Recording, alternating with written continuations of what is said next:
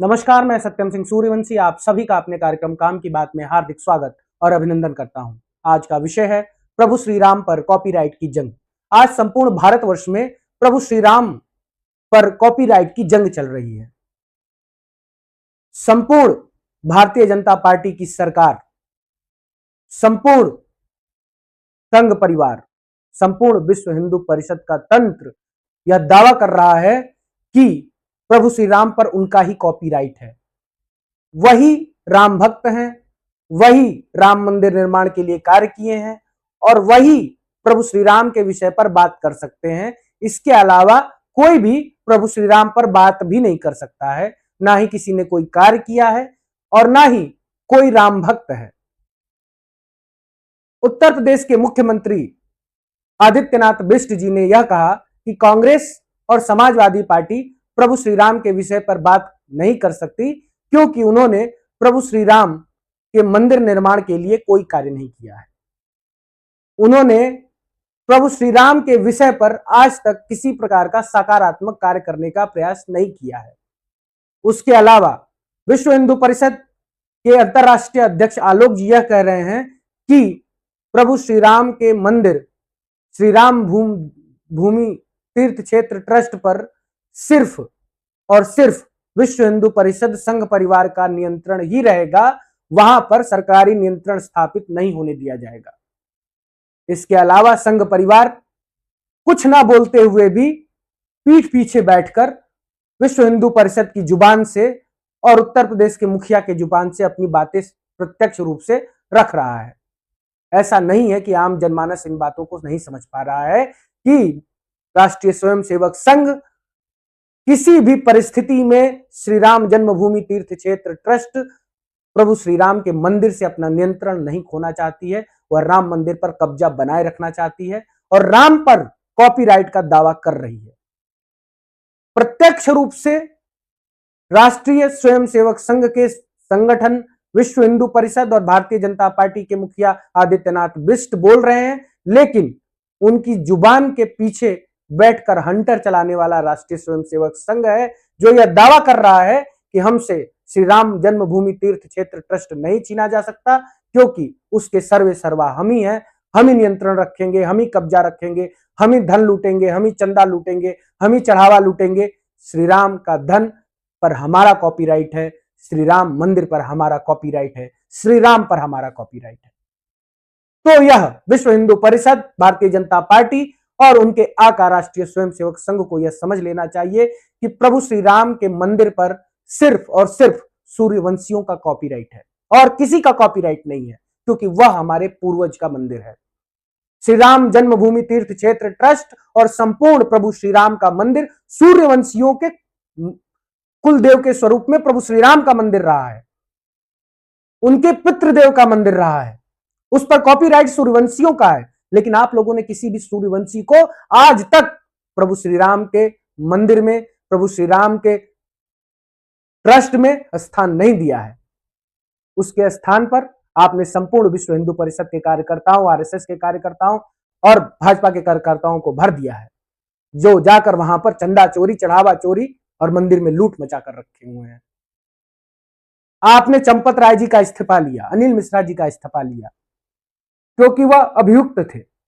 चंपत राय जी विश्व हिंदू परिषद के व्यक्ति हैं, अनिल मिश्रा जी पुराने संघी हैं, सभी संघ परिवार से जुड़े हुए हैं और उनके हटाने के बाद आपने बजरंग बांगड़ा करके किसी व्यक्ति को स्थान दिया है जो नालको के सीएमडी रह चुके हैं, भ्रष्टाचार के आरोपी हैं। 6 महीने पहले ही उनको जबरदस्ती हटा दिया गया उनके पद से। इतने बड़े भ्रष्टाचारी को श्री राम जन्मभूमि तीर्थ क्षेत्र ट्रस्ट से जोड़कर आप यह सिद्ध कर रहे हैं कि आप लोग अभी भी श्री राम के नाम पर चंदा चोरी और चढ़ावा चोरी जारी रखना चाहते हैं और यह सोचते हैं कि कोई प्रश्न नहीं करेगा। क्या सूर्यवंशी अपने पूर्वज के मंदिर में हो रहे चोरी पर प्रश्न नहीं करेंगे?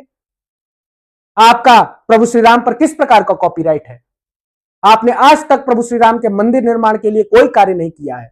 श्री राम मंदिर का निर्माण सुप्रीम कोर्ट के आदेशों पर हुआ है, जो शंकराचार्य स्वामी अविमुक्तेश्वरानंद सरस्वती के बयानों के आधार पर निर्णय आया है और उन्हें तो आप लोग अपमानित करते हैं, उन्हें ट्रस्ट में स्थान नहीं दिया गया है। इसके साथ ही आप लोग यह कहते हैं कि कांग्रेस और समाजवादी पार्टी नहीं बोल सकती प्रभु श्री राम के विषय पर, तो उन्हें यह ज्ञात होना चाहिए कि कांग्रेस पार्टी के ही राजीव गांधी जी ने राम मंदिर का ताला खुलवाया था। वह एक राजनीतिक निर्णय था। आज तक श्री राम जन्मभूमि पर एकमात्र राजनीतिक निर्णय श्री राम जन्मभूमि के मंदिर का ताला खुलवाना रहा है। इसके अलावा आज तक कोई भी राजनीतिक दल ने कोई राजनीतिक निर्णय नहीं लिया है। फिर किस प्रकार आप लोग राजनीतिक रूप से श्री राम के नाम पर वोट बैंक जुटाने का प्रयत्न करते हैं और राम मंदिर निर्माण का क्रेडिट लेते हैं? क्रेडिट तो कांग्रेस को लेना चाहिए, क्योंकि एकमात्र राजनीतिक निर्णय सिर्फ और सिर्फ कांग्रेस ने लिया है और दूसरा कल्याण सिंह जी ने लिया था, जब उन्होंने अपना इस्तीफा देना स्वीकार किया था, लेकिन श्री राम के लिए त्याग करके श्री राम जन्मभूमि निर्माण का मार्ग प्रशस्त किया था। उसके अलावा और किसी ने कोई कार्य नहीं किया है और वही कल्याण सिंह जी भारतीय जनता पार्टी की सरकार में अपमानित होकर मृत्यु को प्राप्त हुए हैं। आप लोगों ने कब्जा किया है श्री राम जन्मभूमि तीर्थ क्षेत्र ट्रस्ट पर। यह कौवों का झुंड है, यह गिद्धों का झुंड है जो वहां पर धन लूटने आया है, चंदा चोरी कर रहा है, चढ़ावा चोरी कर रहा है और कह रहा है समाजवादी पार्टी प्रश्न नहीं करेगी, कांग्रेस प्रश्न नहीं करेगी, सूर्यवंशी प्रश्न नहीं करेंगे। सूर्यवंशियों का तो कॉपीराइट है मंदिर पर, उनके पुत्र मंदिर है श्री राम जन्मभूमि। आप उनके कॉपीराइट पे उनका कॉपीराइट नहीं दे रहे हैं और झूठा कॉपीराइट का दावा कर रहे हैं। दूसरे बोल रहे हैं तो उनका मुंह बंद करने का प्रयास कर रहे हैं। समाजवादी पार्टी के मुखिया अखिलेश यादव जी आज तक किसी भी प्रकार से राम मंदिर के निर्माण में विरोधाभासी कार्य करते हुए नहीं पाए गए हैं। उन्होंने कभी भी श्री राम की अवमानना नहीं की है। उन्होंने कभी भी श्री राम मंदिर निर्माण के विषय पर विरोध व्यक्त नहीं किया है। उन्होंने आज तक कभी भी श्री राम का अपमान नहीं किया है। उन्होंने हमेशा प्रभु श्री राम पर अपनी आस्था व्यक्त की है। यह संभव है कि माननीय मुलायम सिंह यादव जी कभी राम भक्तों पर गोलियां चलवाने में सम्मिलित रहे हों, तो उससे क्या होता है?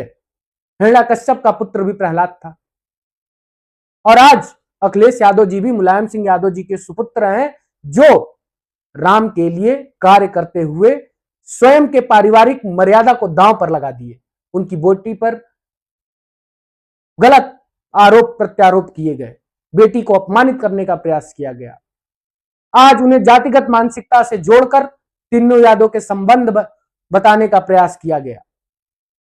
उन्होंने यह सब कुछ सहते हुए प्रभु श्री राम के कार्य के लिए निष्ठा रूप से अंतरराष्ट्रीय मंचों पर मंदिर प्रांगण में हो रहे चंदा चोरी चढ़ावे चोरी के मुद्दे को उठाया और इसी वजह से आज चंदा चोर चढ़ावा चोर फंस चुके हैं।